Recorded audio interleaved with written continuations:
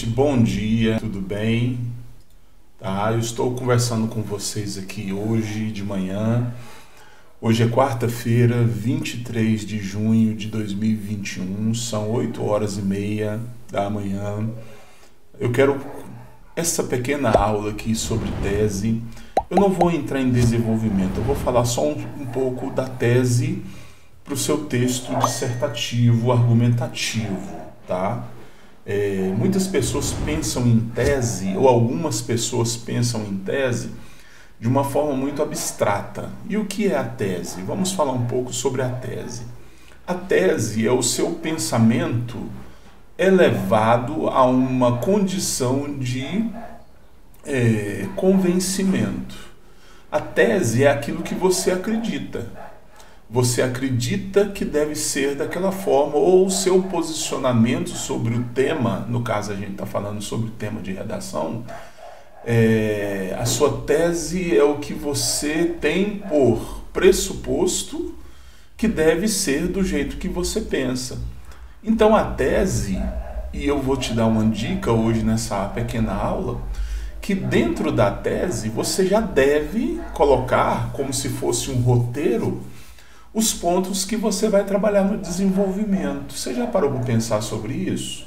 Se a sua tese é a sua defesa, é o seu ponto de vista sobre o assunto, você precisa convencer, tá? Você precisa pelo menos tentar convencer aquela pessoa que vai ler, no caso o corretor, de que você pelo menos tem argumentos bons e coerentes para confirmar e estabelecer a sua tese. Então, assim, quando você lança a tese, eu sugiro que você, na tese, ali na introdução, porque a tese ela tem que vir na introdução.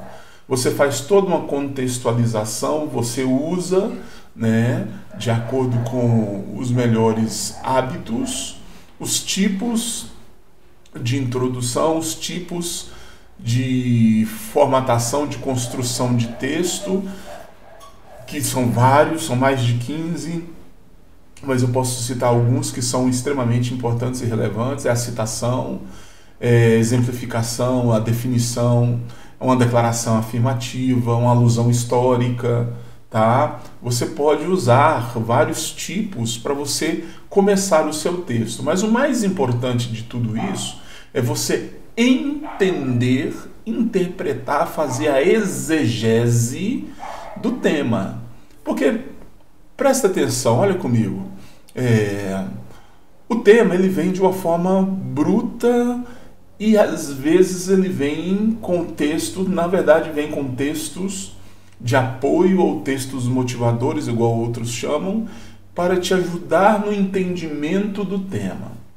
Só que, todavia, contudo, eu já vi textos de apoio que trouxeram mais confusão para o candidato, para o aluno, do que ajuda. Então você tem que ter muito cuidado com a questão dos textos de apoio, tá? Tem gente que, por exemplo, não gosta de pegar texto de apoio, como base, como ajuda. Pega o tema, lê a proposta, o que tem que desenvolver e vai para cima. Tá? Não olha para textos de apoio. Isso também acontece quando é uma pessoa que entende um pouco do assunto. Quando você não entende nada do assunto, cai um assunto que você não tem ideia de como fazer. O que você faz? Aí eu dou um seguinte conselho de preguiçoso. Tá? Infelizmente é um conselho de preguiçoso, mas é o melhor conselho que eu posso dar agora, porque é melhor você alcançar 50% do que 0%. Tá? Aí você tem que caminhar no senso comum, tá? O que as outras pessoas falam, mas não é isso que a boa prática nos ensina. A boa prática nos ensina que você tem que ser autor da sua história, autor do seu texto com ideias novas. É por isso que a sua tese é sua tese, tá? É o seu pensamento sobre a situação que está ali elencada, ok? Bem, vamos ver algumas coisinhas interessantes aqui para a gente conversar, tá? Como eu já tinha falado, sua opinião, seu ponto de vista. Declarações, você pode fazer isso por declarações afirmativas ou negativas. Isso é importante também pelo seguinte, você não tem obrigação de concordar com o que está escrito lá na proposta. Tem muitas pessoas que acham o seguinte: se está assim na proposta, é porque eles pensam assim, o pessoal da banca, e eu vou concordar, porque senão eles vão me prejudicar. Não funciona desse jeito, tá? O que você tem que fazer é o seguinte: você lê a proposta, você lê ali todas aquelas questões dos textos de apoio, e você vai chegar a uma conclusão na sua cabecinha, se você concorda com aquilo ou não. Sim ou não. Em cima do muro não existe. Se sim, bem, você vai trabalhar em cima do sim. Se não, em cima do não. E você tem que argumentar, mostrar por que sim e por que não. É isso. Tá? No final das contas é isso. Bons argumentos. Convencer o leitor sobre o seu ponto de vista.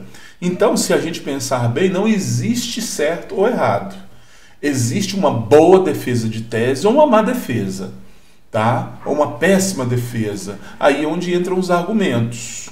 Você tem argumentos bons e suficientes, convincentes, diretos, objetivos, que vão fazer a pessoa que está lendo, ou as pessoas que vão corrigir o seu texto, a pensarem sobre aquilo que você está defendendo? Bem, se você tiver, legal. Tá? E tudo isso com posicionamento crítico, saindo do senso comum.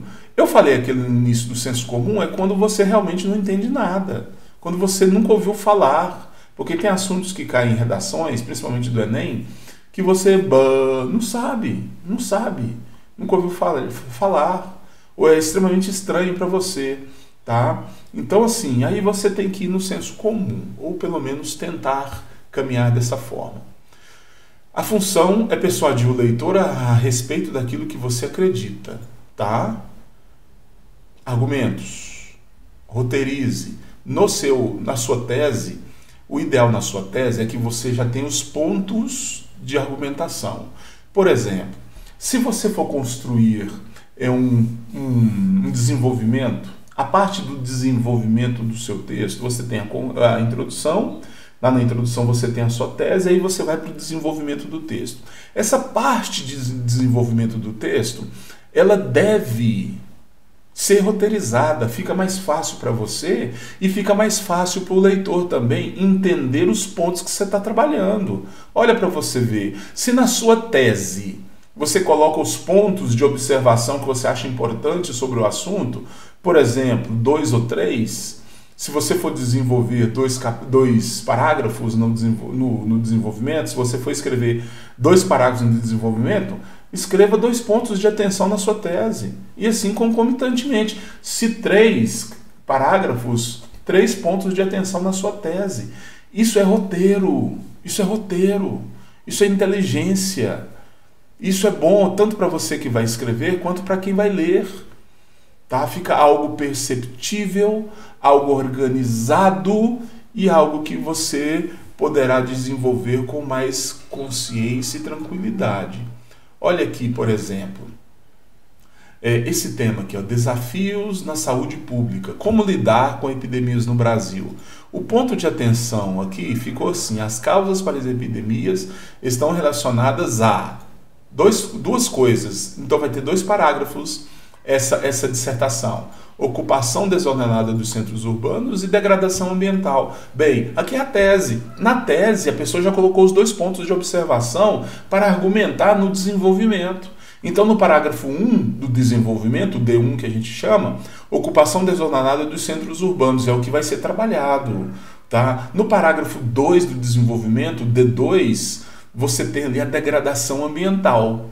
Foi os 2 pontos de atenção, de argumentação que essa pessoa levantou. Então é assim, gente.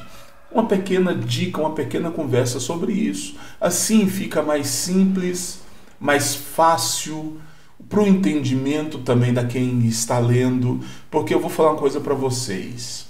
Quando você está escrevendo um texto de redação para uma banca, um grupo de pessoas corrigir, isso vale uma aprovação, isso vale uma cadeira na academia para você, você tem que ser o mais objetiva possível e claro, o mais clara possível dentro da sua argumentação. Não se esqueça disso. Não se esqueça disso, tá? Então eu gostaria de pedir para você se inscrever no canal, Se gostou, dá um joia. Também, se gostou, compartilhe, tá? Isso aí vai me ajudar a fazer mais vídeos explicativos para que você possa construir uma boa redação, tá? Um grande abraço, fiquem com Deus.